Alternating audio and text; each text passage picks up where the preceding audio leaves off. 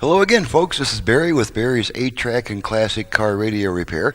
And the star of today's show is a Sears aftermarket unit. This is an FM 8-track player. It did not have AM when it first came in, and it's been converted to AM FM with a lot more audio power.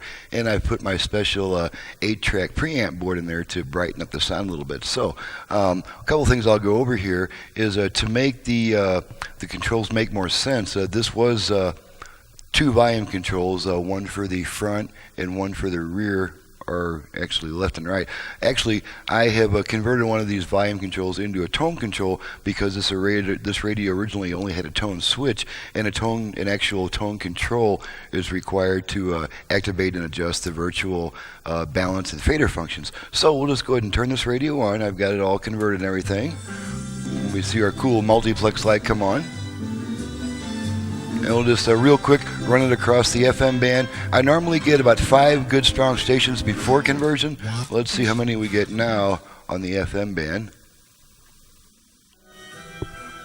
Here's 1, 2, 3, 4, 5. Certified pediatric.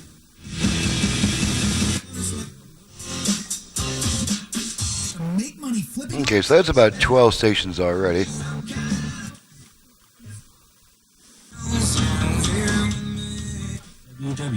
So we're just getting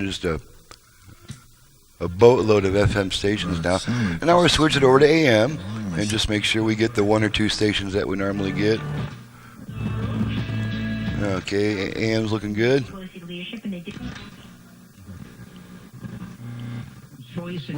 And there's the strong AM station we get. Okay, so now we're going to switch back to FM, and I'm going to demonstrate the virtual balance and fader functions. First, we're going to activate our left-right balance control, and to do that, we've got to work our tone control. We're going to move our tone control to about center position so that we've got room to turn it in either direction. To activate the virtual left-right balance control, you want to turn this control twice to the left. After it activates, you'll hear 4 beeps to the speakers. At that time, you can use that tone control to adjust your left-right balance. So let's go ahead bring our unit into the foreground here, or into the background, bring our meters into the foreground so we can see what we're doing.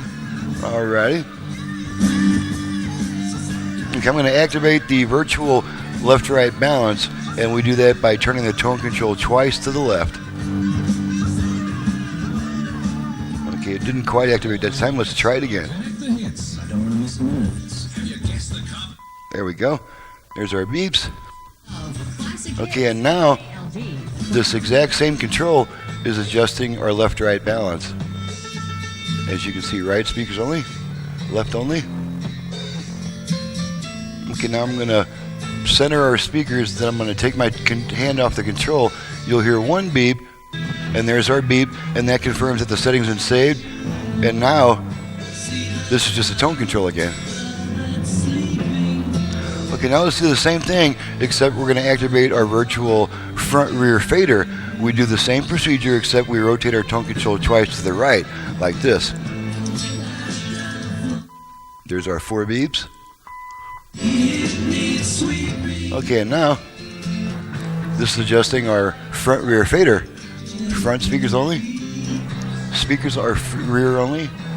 Front, rear. Okay, we're going to let it time out. Okay, there's our virtual balance and fader functions demonstrated. We've demonstrated the AM radio. This switch all the way to the left now does nothing. It was labeled tone low and high. It's not doing anything now.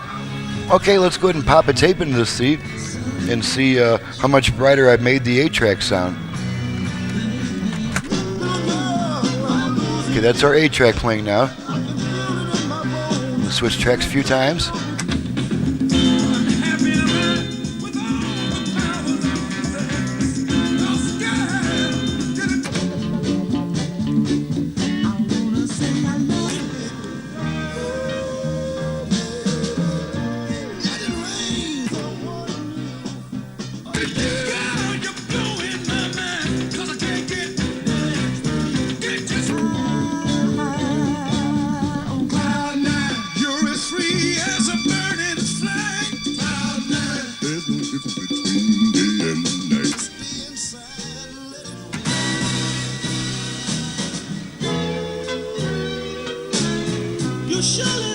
Alrighty, we'll pull our tape out.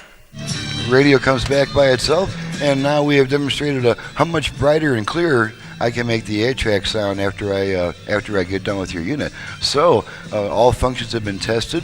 You know what? Let's just make sure that the auxiliary inputs works, and that's going to automatically activate. A